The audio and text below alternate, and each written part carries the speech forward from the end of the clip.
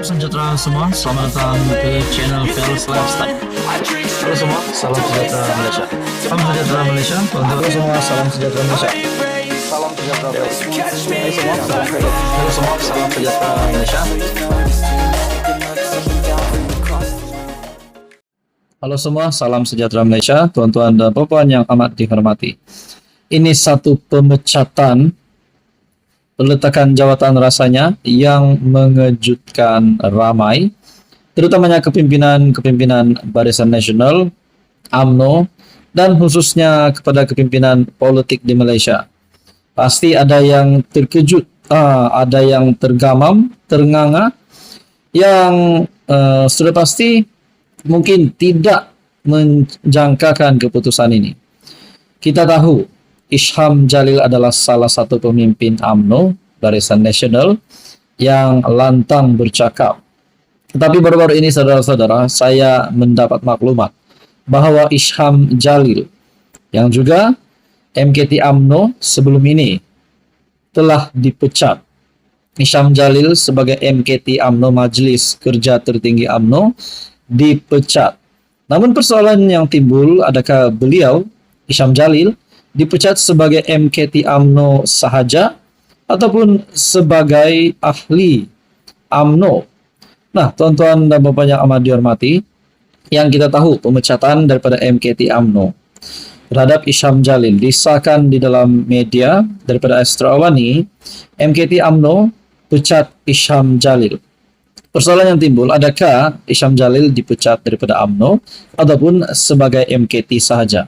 Nah, selepas beliau dipecat, sudah pasti timbul persoalan.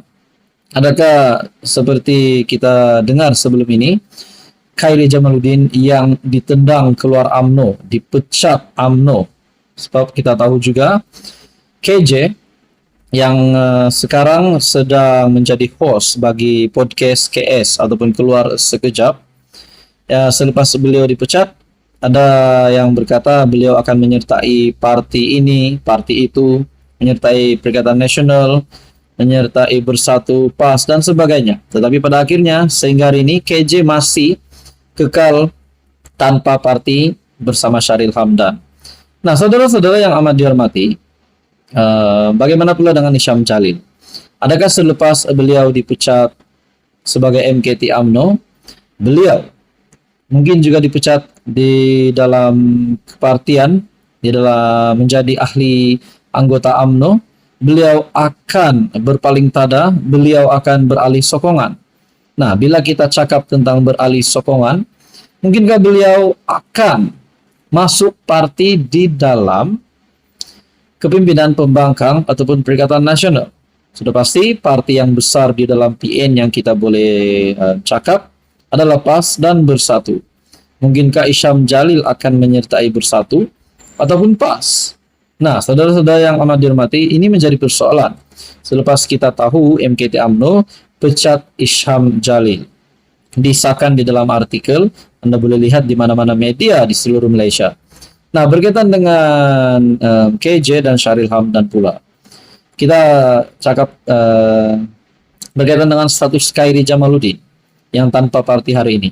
Adakah beliau juga tidak lama lagi, mungkinkah persediaan sebelum PRU 16, beliau akan menyertai mana-mana parti di dalam Perikatan Nasional?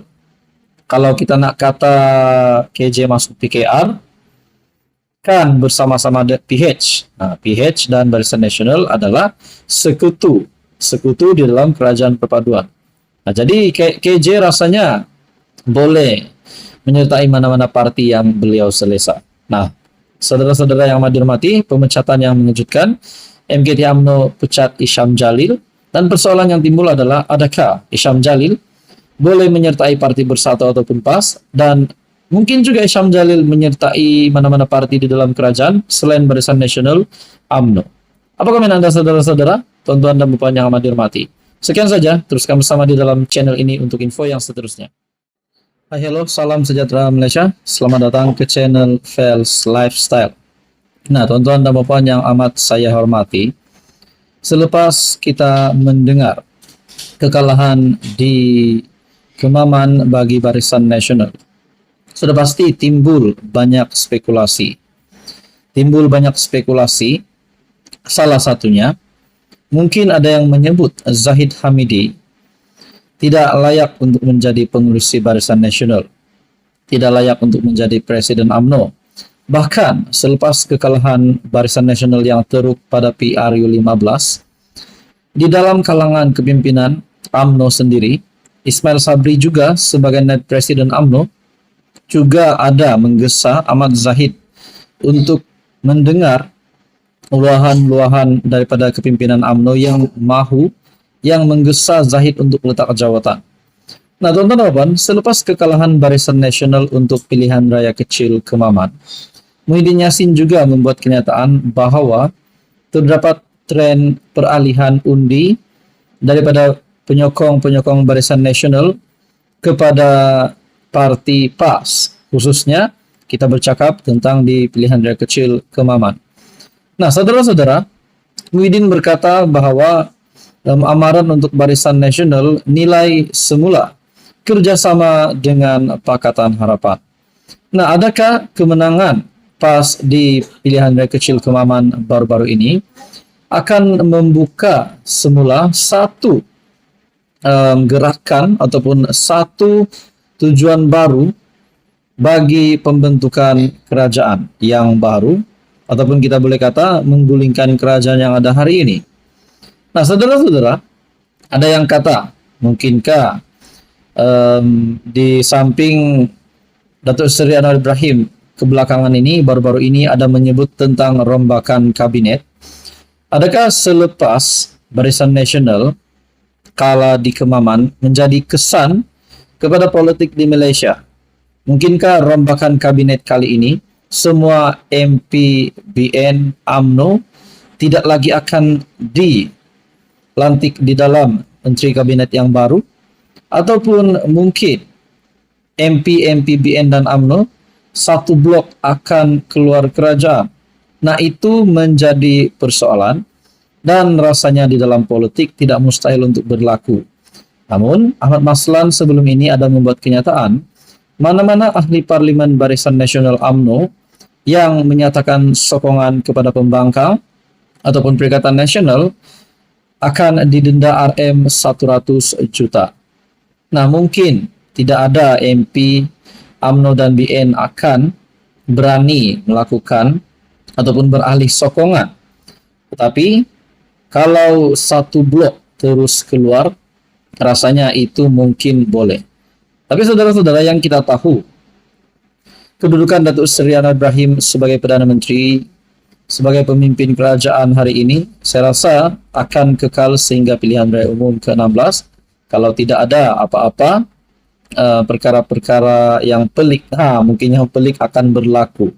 Nah, saudara-saudara yang amat dihormati, mungkinkah Zahid Hamidi sebelum ini juga kita dengar beliau digesa untuk meletakkan jawatan sebagai Presiden UMNO?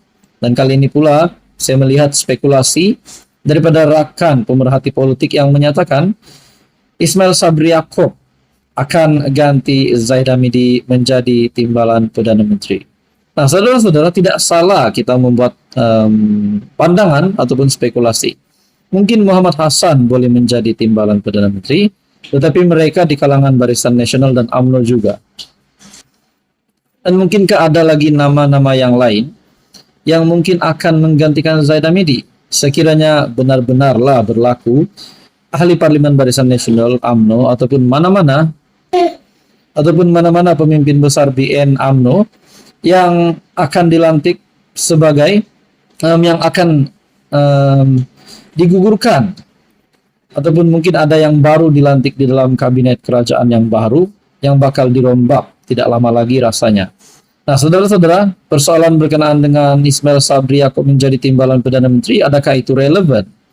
Selepas beliau sebelum ini, mungkin dalam sejarah Malaysia menjadi Perdana Menteri paling singkat. Adakah beliau masih mempunyai hati untuk menjadi timbalan Perdana Menteri di samping Zahid Hamidi yang memang digesa untuk letak jawatan sebelum ini sebagai Presiden UMNO? Bahkan mungkin ada juga yang tidak menyukai Zahid Hamidi menjadi timbalan Perdana Menteri hari ini. Tetapi yang pastinya Zahid Hamidi masih kekal sebagai timbalan Perdana Menteri, Datuk Seri Anwar Ibrahim sebagai Perdana Menteri dan pemimpin kerajaan perpaduan. Apapun, kita tunggu PRU 16, barulah tahu. Nak guling kerajaan, disitulah berhempas pulas pada PRU 16. Tetapi kalau kemenangan masih berpihak kepada Pakatan Harapan, mungkinkah kerajaan perpaduan akan diteruskan? Nah, saudara-saudara, tuan-tuan dan puan, apa komen Anda? Teruskan bersama di dalam channel ini untuk info yang seterusnya.